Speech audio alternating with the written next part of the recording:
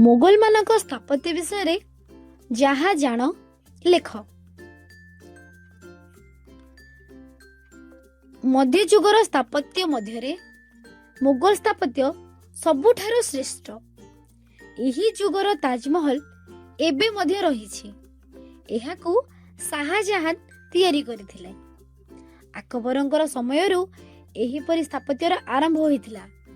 ଏମାନେ ବହୁତ ସଂଖ୍ୟାର ଶଙ୍ଖ ମଲମଲ ପଥର ବ୍ୟବହାର କରୁଥିଲେ। ପଥରର ବହୁ ପ୍ରକାର ଚିତ୍ର ଖୋଦେଇ ହେଉଥିଲା।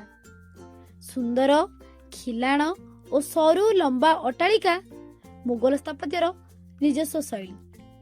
ବଡ଼ ବଡ଼ ଘରମାନଙ୍କରେ ଠଣା ରହିଥିଲା ଏବଂ ଏହି ଠଣା ଭିତରେ ଜୀବନ୍ତ ପ୍ରାଣୀ ଯଥା ହାତୀ, ସିଂହ, ମୟୂର ଆଦି ଚିତ୍ର ଖୋଦିତ ହେଉଥିଲା। ମୋଗଲ ସ୍ଥାପତ୍ୟମାନଙ୍କ ମଧ୍ୟରୁ ପ୍ରଧାନ ସ୍ଥାପତ୍ୟ ହେଉଛି ଆକବରଙ୍କ ସମୟରେ ନିର୍ମିତ ହୁମାୟୁନଙ୍କ ସମାଧି।